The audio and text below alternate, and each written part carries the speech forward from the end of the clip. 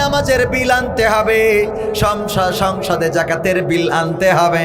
আবার জাকাতের কথা বলতে গেলে তো আর একজনের কথা চলে আসে। কোনো একজন নেত্রী বলেছেন জাকাত নেওয়া চাঁদা নেওয়ার থেকে খারাপ, তার মানে চাঁদা নেওয়া জাকাত নেওয়ার থেকে ভালো। নাউজুবিল্লাহ বলবেন না? চাঁদা নেওয়া জাকাত নেওয়ার থেকে ভালো বলেছেন। চাঁদা নেওয়া এটা জাকাতের থেকে উত্তম। হারে আমি বলতে চাই, মুসলমান যদি হয়ে থাকেন, আল্লাহ রাব্বুল আলামিন বিধান দিয়েছেন জাকাতের। এটা ছোটখাটো কোনো বিধান নাই, এটা এমন বিধান যে বড় লোকের কাছ থেকে টাকা নেবেন আর গরিবদের দান করবেন। বলেন ঠিক না বেঠিক? এমন একটা বিধান এই জমিনে সমতা ফিরিয়ে আনবে।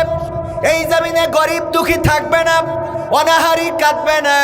ওই যে মোড়ের মাথায় দেখলাম এখনো বোরখা পরে এই রাতের অন্ধকারেও ভিক্ষা করে। যদি জাকাত ভিত্তিক অর্থ ব্যবস্থা বাংলার জমিনে কায়েম হয়ে যায়, তাইলে এই বাংলাদেশে রাতের অন্ধকার তো দূরের কথা, দিনের আলোতেও কোনো ফকিরকে খুঁজে পাওয়া যাবে না। ঠিক না বে ঠিক? এমন একটা সমাজ বিশ্বনবী গড়ে দেখিয়ে দিয়েছেন, তিনি একেবারে প্র্যাকটিক্যালে দেখিয়েছেন। এমন একটা সমাজ গড়ে দিলেন, আল্লাহর নবীর সাহাবীরা জাকাত দিবেন, লোক খুঁজে পান না কাকে দিবেন জাকাত। দিনের পর দিন জাকাতের অর্থ নিয়ে ঘুরে বেড়ান। হঠাৎ করে একজন সাহাবীর সাথে দেখা, আর একজনের সাথে দেখা যখন হয়ে গেল, বগলের নিচ থেকে টাকার পুটলাটা বের করে বলল, দেখো আমার জাকাতের অর্থটা নিয়ে ঘুরে বেড়াই, দীর্ঘদিন ধরে লোক খুঁজে পাচ্ছি না। তোমার গায়ের ময়লা মলিন জামা কাপড় দেখে বুঝতে পেরেছি তুমি জাকাত খাওয়ার উপযুক্ত হয়েছ। আমার এই জাকাতের অর্থটা নিয়ে আমার একটু মুক্ত করে দাও।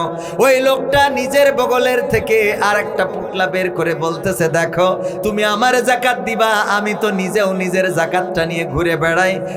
মদিনার অলিতে গলিতে কোনো লোক পায় না যারে আমার জাকাতটা পৌঁছে দেব। আল্লাহু আকবার বলবেন না? এমন একটা সমাজ বিশ্বনবী গড়েছিলেন। আর আমরা এমন একটা সমাজ গড়েছি যেই সমাজে আমাদের চাঁদাবাজি, লুটতরাজ, লুণ্ঠন, জমির জায়গা ভাগ, আল ঠেলা এইগুলো করতে করতে দেশ তো গহীন অন্ধকারের দিকে ধাবিত হচ্ছে। খুন খারাপি এগুলো তো নিত্য নৈমিত্তিক ব্যাপার। ধর্ষণ, গণধর্ষণ, পোস্টারই পড়ি নাই আমি আপনাদের, জাস্ট খালি আজকের যে আবহাওয়া ছিল, আমি রূপসা পর্যন্ত বৃষ্টি পাই। রূপসা ব্রিজ যখন পার হয় তখনও বৃষ্টি। আমি ফোন করে বললাম যে ভাই মাহফিল কি হবে?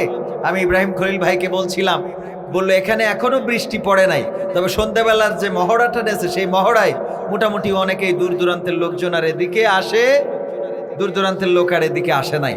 তো ভাইরা আমার, আল্লাহ যাদেরকে কবুল করেছেন তারা এখানে এসেছেন। ঠিক না বে ঠিক?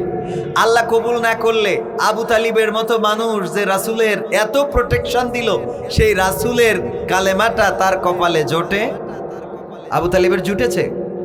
ইন্তেকালের সময় বিশ্বনবী বললেন, চাচা একটু যদি আপনি কালেমাটা পড়েতে ঘুমান, তাইলে আমি পরকালে দেখবো কি করা যায়। চাচা যখন পড়তে যাবেন, হঠাৎ করে আবু জাহেল, আবু লাহাব ওরা এসে গা টিপে বলতেছে যে বাপ দাদার ধর্ম মরি যাওয়ার সময় শেষ করি যায়, চলি যাওয়া। এরকম লোক আছে না নাই? বাবা যা করে আমারও তাই করতে হবে, দাদা যা করে আমারও তাই করতে হবে, এরকম আছে না নাই? এরকম আছে। এইগুলো করা যাবে, সত্য এবং মিথ্যাটাকে বুঝতে হবে। আল্লাহর নবী সাল্লাল্লাহু আলাইহি সাল্লামের চাচার কপালে যেমন কালেমা জোটে নাই, আবু জাহেল তার বাড়িটা আপনারা যারা হজে গিয়েছেন দেখেছেন, কাবা ঘরের কাছাকাছি কার বাড়ি? আবু জাহেলের। তারপরে নবী সাল্লাল্লাহু আলাইহি সাল্লামের বাড়ি, নবীর বাড়িটা আরেকটু দূরে, অথচ কাবার কাছে বাড়িটা হলো আবু জাহেলের। সেই আবু জাহেলও আল্লাহর নবীর কালেমাটা কপালে জোটে নাই, আল্লাহর পাঠানো বাণীটা সে নিজের কণ্ঠে নিজের জবানে উচ্চারণ করতে পারে নাই। এই মানুষটা পা চটকিয়ে মারামারি করার জন্য মদিনায় গেছিল, বদরে যেতে ওখানে মারা খাইছে। ঠিক না বে ঠিক? মরেছে না মরে নাই?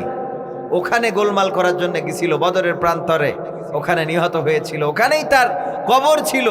ওই জায়গায় যেখানে মারা গেছে সেখানে মানুষ থুতু নিক্ষেপ করে, ময়লা আবর্জনা ফেলে, এই জন্য সরকার ওইটাকে এখন নিশ্চিহ্ন করে দিচ্ছে অনেকটা। আমি গত 2 বছর আগেও দেখেছি যে ওখানে দেখা যায়, কিন্তু আগে যারা যেত তারা বললো আগে আরো খারাপ অবস্থায় ছিল, এখানে মানুষ এসে তাদের ঘৃণা প্রকাশ করতো। আমার সাথে বগুড়ার 2 জন মানুষ গেল ভ্যান চালক ওমরা করার জন্য। প্রথমবারে তো তারা বলল যে ভাই ওমরা তাওয়াফ করার পরে সাই করার পরে মোটামুটি ওমরা শেষ করার পরে বলতেছে অনেক সাধনা 40 বছর ধরে ভ্যান চালিয়ে টাকা উপার্জন করে মক্কায় এসেছি, আল্লাহর ঘর তাওয়াফ করেছি, আলহামদুলিল্লাহ এখন একটা আক্ষেপ বাকি। কি আক্ষেপ? বললো আবু জাহেলের পায়খানা ঘরে একটু হাগু করো। এই আক্ষেপটা জীবনে বাকি, এইটুক হইলে আমার স্বপ্ন শেষ। ভ্যান চালাই কষ্ট করি, মানে 1,40,000 টাকা খরচ করে গেছে আবু জাহিলের পায়খানা করে পায়খানা, মানে তাওয়াফ হয়ে গেছে, তাও কোনো আক্ষেপ বাকি যে ওখানে একটু পায়খানা। আবু জাহেলের যে বাড়িটা ছিল ওখানে কি হাম্মাম, কি পায়খানা ঘর, তো এই টয়লেটে একটু টয়লেট করবো, এটা আমার, এইটুক করলে বাবা আর আমার কোনো চাওয়া নেই। কত আশা, কত মানুষ আশা করে যায়। আরে আর বিশ্বনবী সাল্লাল্লাহু আলাইহি সাল্লামের রওজা মদিনায়, কোথায়? মদিনায়। সেই মদিনায় যখন সকালবেলা ফজরের পরে মানুষ রাসূলের রওজায় সালাম করার সুযোগ পায়, কত মানুষের দাড়ি নাই, গোপ নাই, মোছ নাই, চোখ থেকে অশ্রু বিগলিত হচ্ছে। আহারে কত মায়া, কত প্রেম, কত ভালোবাসা। এটাই হলো আল্লাহ রাব্বুল আলামিনের ওয়া তুইজ্জু মান তাশাউ ওয়া তুযিল্লু মান তাশা। আল্লাহ যাকে চান তাকে ইজ্জত দান করেন, আর যাকে চান তাকে বেইজ্জতি করে দাদার দেশে পাঠিয়ে দেন। বলেন ঠিক না বেঠিক? হয় না, হয় না, ঘটে না, ঘটে না? ইতিপূর্বে যা ঘটেছে, আগামীর মানুষ, আগামীর ক্ষমতাবান এমপি, মন্ত্রী, প্রধানমন্ত্রীরা যদি শিক্ষা না নেয় তাহলে পরবর্তীতেও এমন ঘটবে না, তার কোনো নিশ্চয়তা আছে? এই জন্য অতীত থেকে শিক্ষা নিতে হয়, ঠিক না বেঠিক? নমরুদ যদি ফেরাউন থেকে শিক্ষা নিত, অথবা ফেরাউন যদি নমরুদ থেকে শিক্ষা নিত, আর ফেরাউন নমরুদ থেকে যদি আবু জাহেল, আবু লাহাব ওরা শিক্ষা নিত, তাইলে ওদের এমন পরিণতি হতো। আবার ওদের দেখা দেখি বিশ্বের ক্ষমতাধর ডোনাল্ড ট্রাম্প ইরানে মার খাইল, এত মার খাওয়ার পরেও লজ্জা হয় নাই। ওগো আমার ভাইরা, ওরা যদি শিক্ষা নিত তাইলে অন্তত ফিলিস্তিনের সাথে, ইরানের সাথে, লেবাননের সাথে এমন আচরণ করার দুঃসাহস করতো না। বলেন ঠিক কিনা? ইরানবাসী তারা প্রমাণ করে দিয়েছে বাতিলের কাছে কোনো মাথা নত হবে না। প্রেসিডেন্ট সুদ্ধা গোটা দেশের মানুষ, নারী এবং পুরুষ, তারা শহীদ হওয়ার জন্য প্রস্তুত হয়ে গেছে।